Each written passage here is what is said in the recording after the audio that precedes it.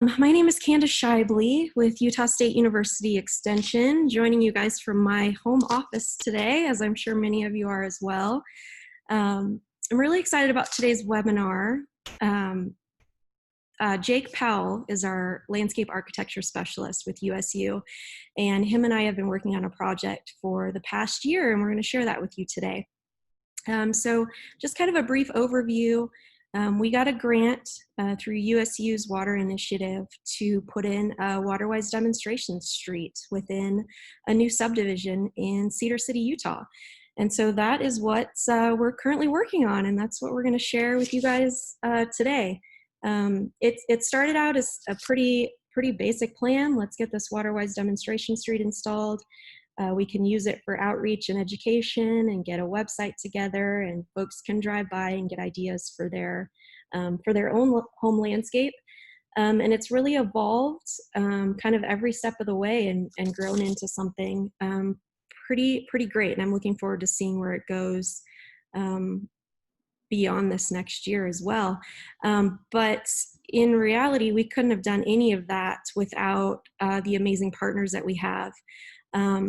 Our idea was to partner with a builder that's putting in a new subdivision, so we could just kind of start fresh. So we reached out to the Iron County Home Builders Association, and within a couple weeks, they matched us up with a builder, Alex Meisner Construction, and we had a pretty good partnership going, and we were working on landscape design plans. It's been really nice to work with them. They're really quick and really efficient. One of the great things is that they have one landscaper, Cedar Creek Landscaping, I apologize, that they work with on the bulk of their projects, which has made things consistent for us working with one landscaper through all of this. Another great partner has been Big Trees Nursery. They're located in Canaryville, Utah, and they've given us a great discount on plants, and they've been really good about getting some different plants in for us so we can showcase some new things within the landscape. And then we're just starting to work with Donna Christensen, who's a realtor with ERA Realty, and she's taking the lead on selling most of the homes within the subdivision. So she's been helping us, or will be helping us, recruit homeowners into the project. And then, of course, partnering with USU's Landscape Architecture Department has been fantastic, because they are coming up with all the designs for us and have been a key player in all of this. So with that, I will turn the time over to Jake Powell to kind of talk about the project from his side of things.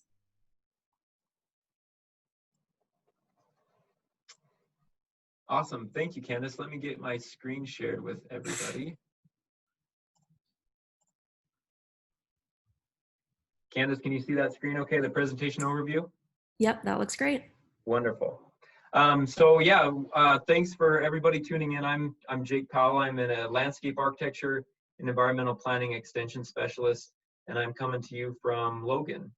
And as Candace mentioned, this project really is about partnerships, and Candace has been an amazing partner. She's a county extension faculty in Iron County, and so part of my role as an extension specialist is to partner with extension faculty like Candace to do these kind of projects. So it's been a really great demonstration of the power of extension in the state of Utah. So I wanted to talk a little bit about the why, what, and how of this project. The why being, what was the impetus behind this idea of a demonstration street? The what of what we actually did, what did we consider, and then the how, what were the actual designs, and what were some of the challenges and the lessons learned from those different challenges. So the big picture is the why. So why did we really feel like a demonstration waterwise landscape would be helpful? The first principle, and then there's three real key reasons in my opinion. The first is there is an immense amount of opportunity in the residential landscape world to improve water efficiency. There are many landscapes out there. They're very malleable. The people that own them have the authority and the ability to change them within certain boundaries. And across the board, I think there's a lot of interest and a lot of potential room for improvement. So showcasing water-wise or water-efficient design principles at this residential scale seem like some really opportunistic, low-hanging fruit. The second principle or reason that Candace and I thought this was important is design is a response to a specific challenge or an opportunity, but it's really applying broad sets of guidelines and best practices to very specific circumstances. And so it's really a challenge to demonstrate design or in general, as circumstances are vastly different across individual residential landscapes. So currently, one of the ways we do this is through demonstration gardens. Most of these gardens, this one particularly is in St. George, which is about an hour away from the site we'll be talking about. They're beautifully designed. They provide amazing information. They demonstrate really important principles, but it's really a challenge for people often to take those concepts that they've seen and apply them to their own personal residential spaces.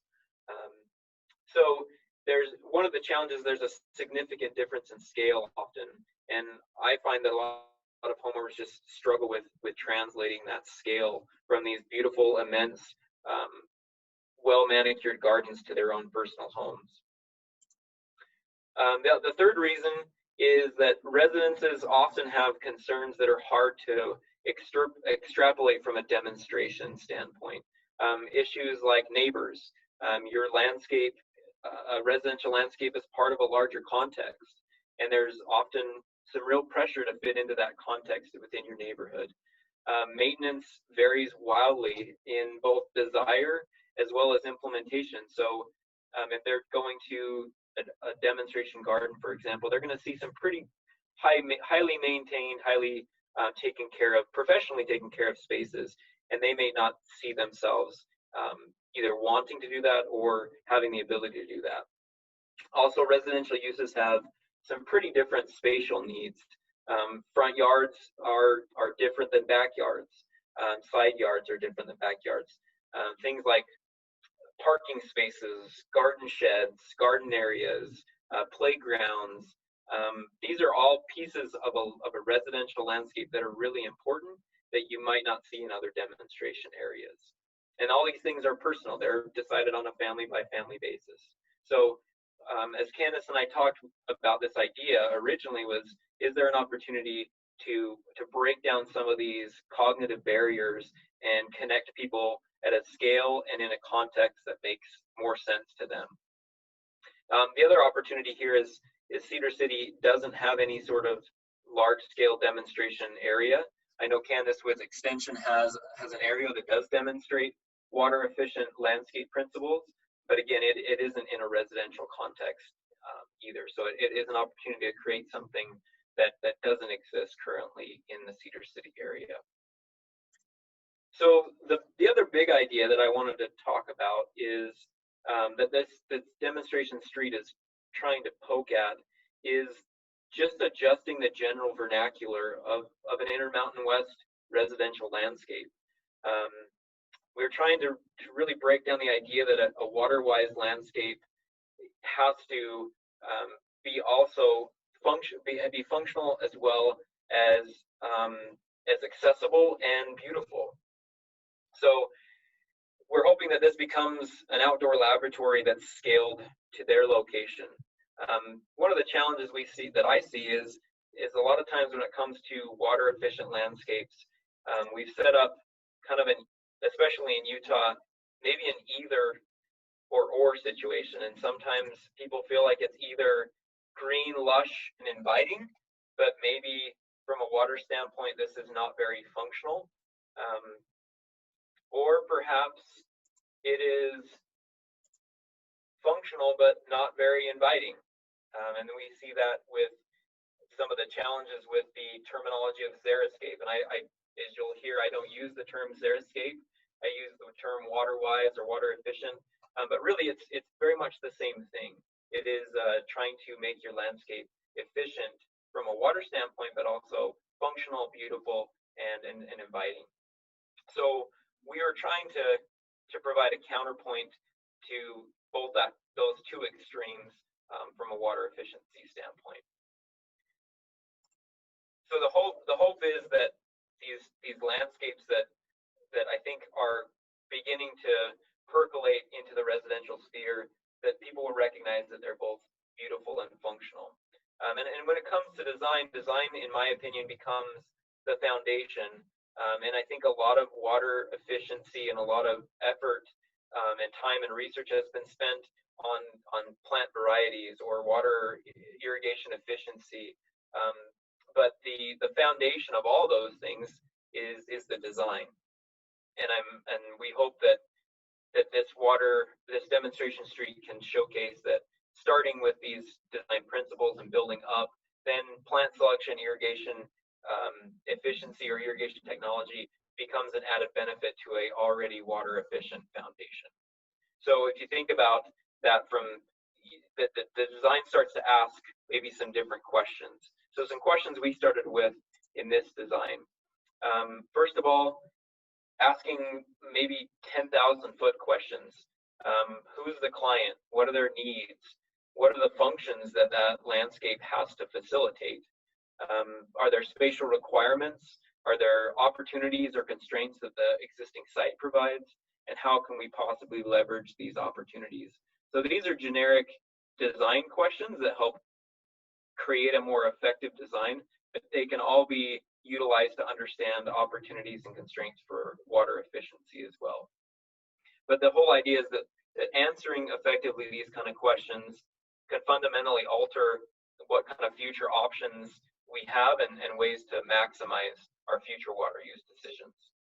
So I want to talk a little bit about the project. That's the big picture project background, but I'll talk a little bit about some context with our particular project in Cedar City. So I did notice as people were chiming in that we have people from all over the West that may not know this area very well. So I'll start with where Cedar City is and what some of the opportunities are there. Cedar City is right near Zion National Park. It's near about 2 hours, 2.5 hours north of Las Vegas. But in a really, really interesting area. So I'll put a star here. That's where Cedar City is located at. So it is in the southern area of Utah, but it's a lot higher elevation. And so we actually see multiple ecosystems kind of blending in this area. For your information, the plant people out there, these are the plant hardiness zones. So there is Cedar City where the yellow star is again. And across this area, we span multiple plant hardiness areas or plant hardiness zones. And just for context, that red line is about a 45-minute drive on I-15. So in 45 minutes, you can drop down from a hardiness zone of 8A, which is pretty warm, up to a 5B, which is pretty cold. So there's an opportunity to really, in Cedar City, blend some plant varieties that both capture the desert environment that's common in Utah as well as the mountain environment. So Cedar City becomes a really interesting laboratory opportunity. So as far as the project goes, again, we wanted to create a foundation for showcasing water efficient landscapes. And we wanted to demonstrate a couple of key design opportunities. One is dealing with scale. What size and spacing are things at a residential scale?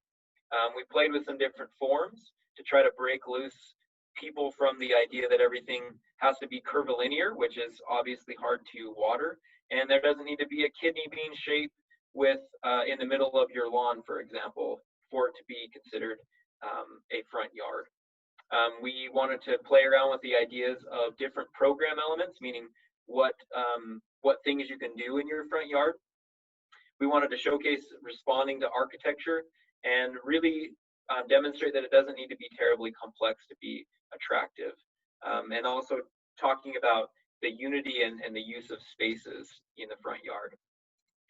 We also wanted to showcase some technology and techniques, from flow meters and irrigation to the idea that's fairly common, but not often done, of hydrozoning, and then looking at some soil management that I'll talk about. So we did this in a couple different projects. The first one is this demonstration street. And this was three homes that are currently the model homes for the development, that will eventually be sold and become private residences. But it is three homes on this street. They're very small in scale. The front yard is the homes are set close to the street, which makes it more very much a walkable neighborhood. But we wanted this, with this demonstration street, tackle the front yards, and so the backyards are still the responsibility of either the developer or the homeowner. In this case, it's the developer because they're a model home. But we just tackled the front yards, and I think front yards are always a challenge to design. In a backyard, you have typically a long list of program elements like a basketball court or a fire pit or a patio. But really, the front yard tends to be the platform and kind of the welcome mat to your home. So it often becomes clean and simple is the recommended way to go to showcase your home. And a lot of times that becomes a lot of turf, because it really does create that clean, uniform appearance and presentation. But often, especially in this situation, these front yards are very small, and so a significant amount of turf would rarely be used for recreation or the kind of uses for which turf is great for.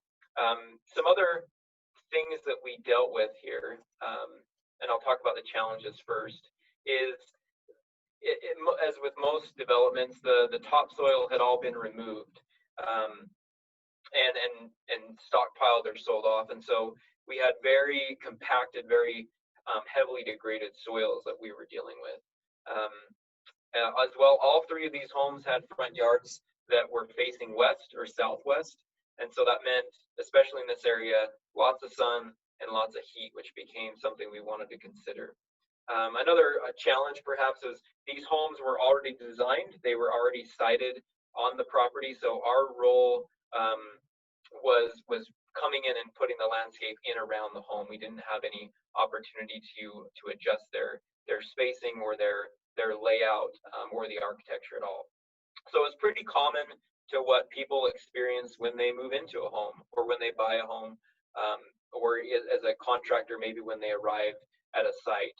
So we felt like it was a good example of some pretty common challenges that anybody would face. So some opportunities.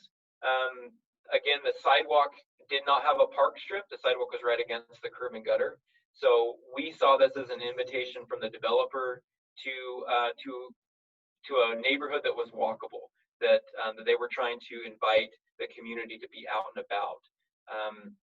Some other opportunities was the front doors of each of these homes were set back at varying degrees, and we wanted just to highlight and focus on this front door, again, trying to make the neighborhood inviting and walkable.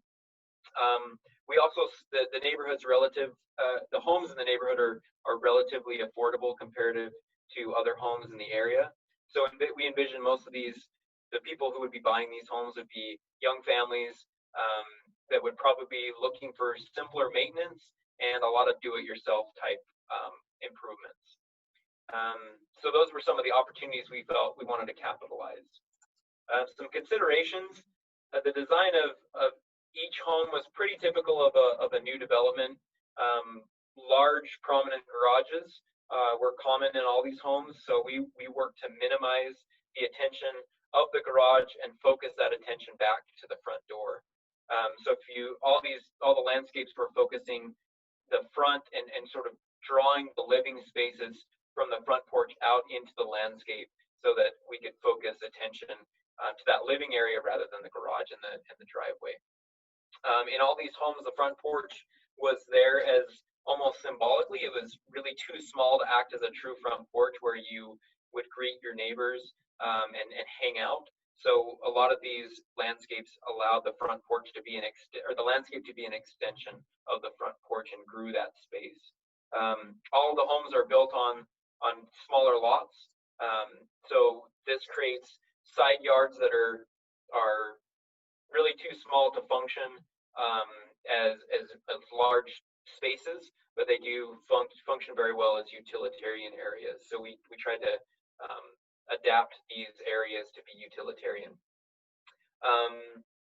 The other challenge and thing to consider is front yards are typically considered quasi-public, quasi-private space. And these yards are very much that way. There isn't a fence or anything that separates them from the road. So we needed these places to be welcoming, but also have some privacy to them. So I'll show you the 3 designs we came up with. They each have a design as well as a before and an after photo. And I'll highlight some of the important features. And just as far as timeline goes, these 3 landscapes were installed in October of 2019. And these pictures were taken about a week ago. So most of the plants are still asleep or just barely starting to grow, and they're all basically as they were planted. So we haven't got any growth or any real growth on these plants yet. So we're excited to see as these plants mature, the kind of maturity that comes with marrying the vision of the design to what's actually happening on the ground. So the first site, I'll call it site 1. We wanted to show a pattern that was non-typical of a residential area. So we chose this radial pattern. And a lot of this, the intent of the radial pattern was to draw attention again to the front porch, which sits right here. So the other thing we did was we used the front porch, this radial pattern, to create a front porch that reached around the side of the home, so it would allow a shadier area during certain parts of the day. We also placed planting masses around the end of each radius, so it created some spaces and outdoor rooms, while still allowing visitors and the people who live in the home to see and interact with the street. We also worked on this design to frame the house with these shade trees, and again, focusing the attention on that front door. This is the house as it was being constructed in the fall of last year, or the landscape being installed. I think this was the first day they started leveling things and bringing in plants. And this is what it looks like a week or so ago. So the second home, which is right next door to it, the intent here was to extend the front porch. Again, that's this area here. And we wanted to extend that by showcasing a singular panel of grass. So that's really extending that living space out. The grass was planned to be sprinkle irrigated, and so it was a simple uniform shape that was sized actually specifically for the sprinklers. So rather than trying to fit the sprinklers into the lawn, we designed the lawn to fit the sprinklers. I think it's 12 by 24, so you can imagine the sprinkler pattern there. There is shade that comes from the larger shade trees, and then we did again create masses of plants around these areas to make that more of a little outdoor room space. This one also had the largest side yard of any of the homes, so we plan to have a gardening area on the side, which would shield that garden from the intense heat of the summer in Cedar City. So that's the site as it was being constructed. You can see that large, the panel of grass. You can see the space between the sidewalk and the front door is pretty close together. And then this is the finished product. Unfortunately, when they did build this, they did not build the garden area on the side of the house as part of this.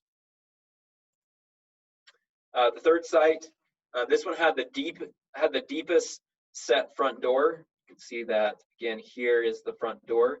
So a lot of our effort in the design aspect was to try to mitigate this almost cave-like front door experience. So we tried to provide a lot of visual cues that was the front door. So the front path is very linear and aligned with the door.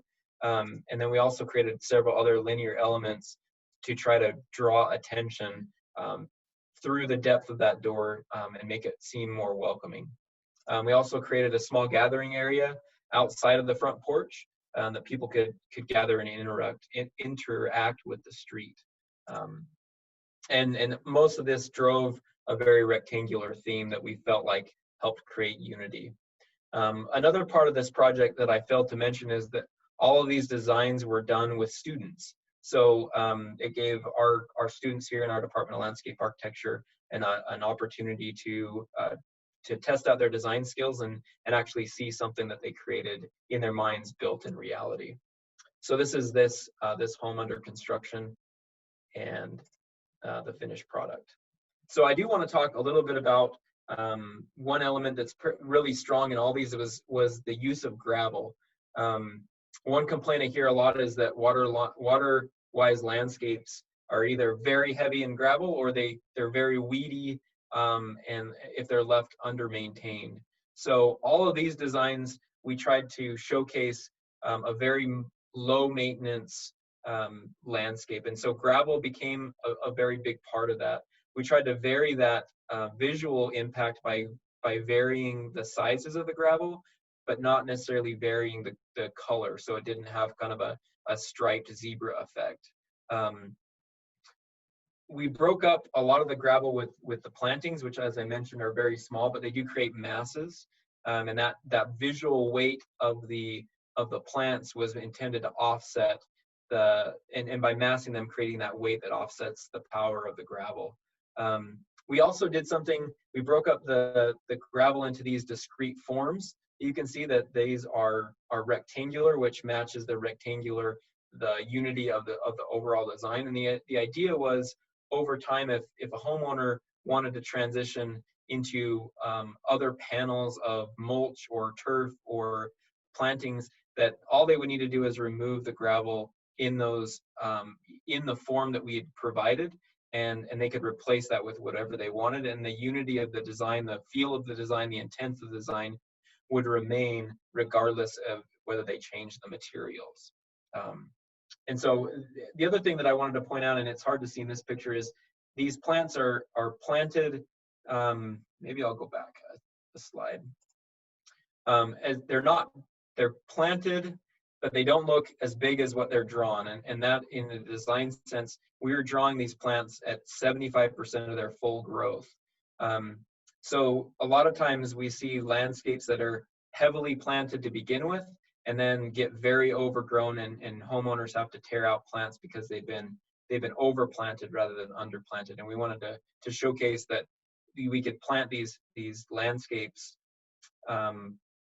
with the future in mind, and not waste all those resources and water on plants that were just going to be torn out when they grew into each other.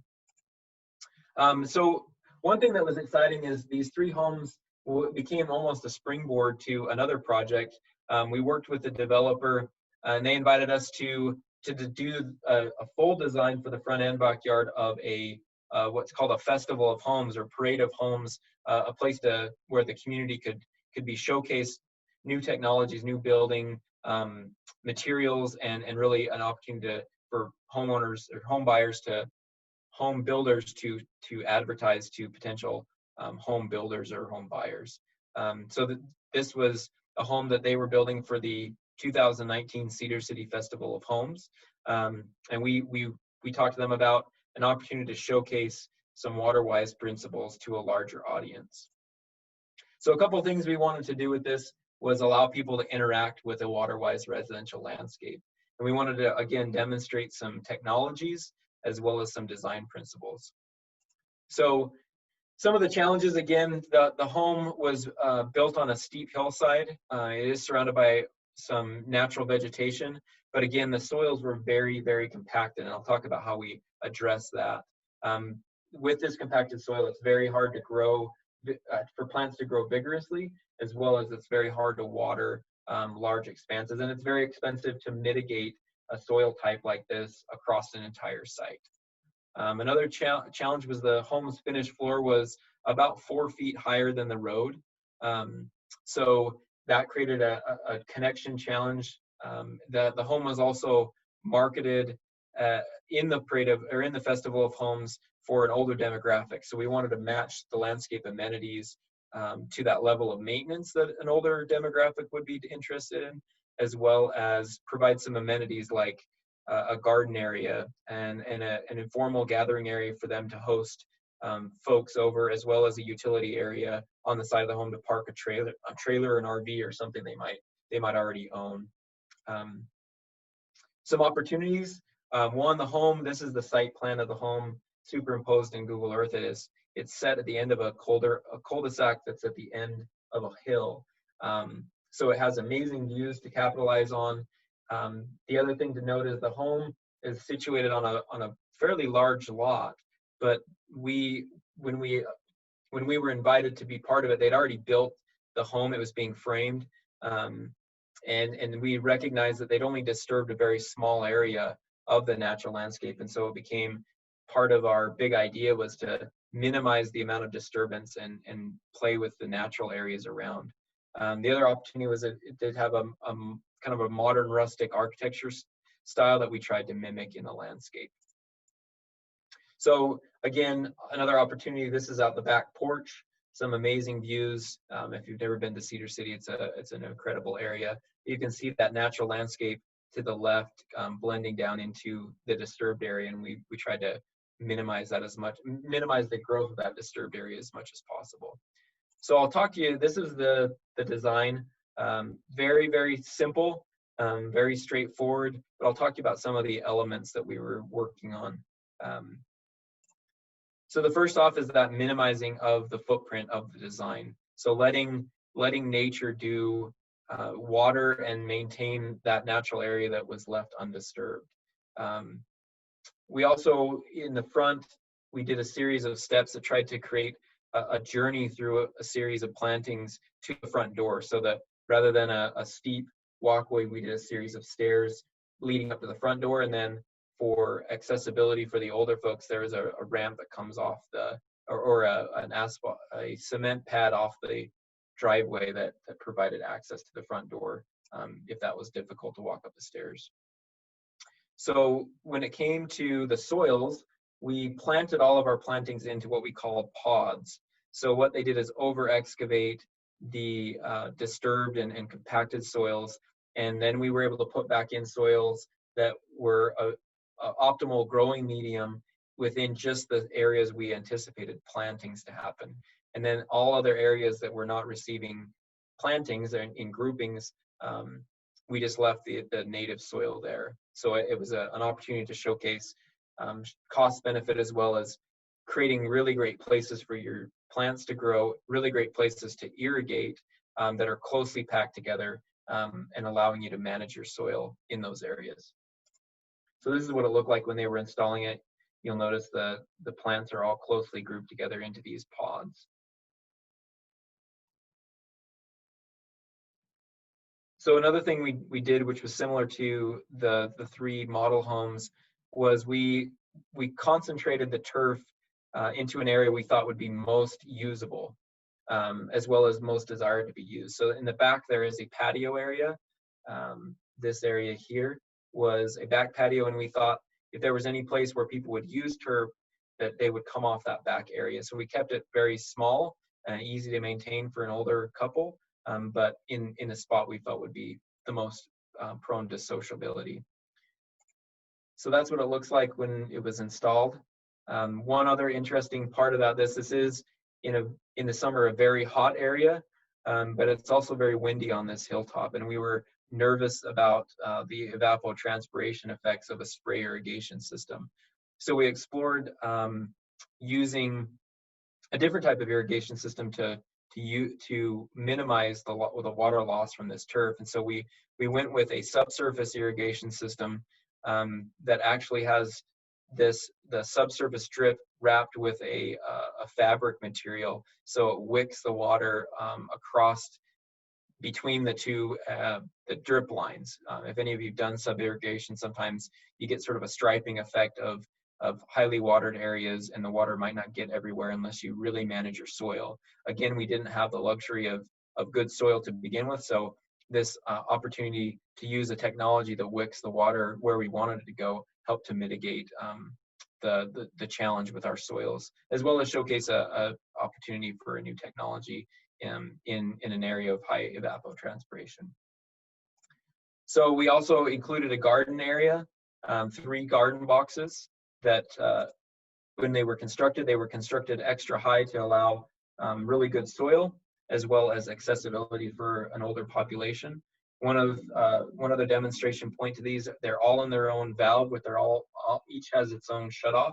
So each garden box can be timed according to the crops, as well as if one is not in use, it doesn't need to get watered, they can just shut that off. So that's kind of an exciting opportunity to showcase just another opportunity to provide flexibility in your landscape that's also water wise.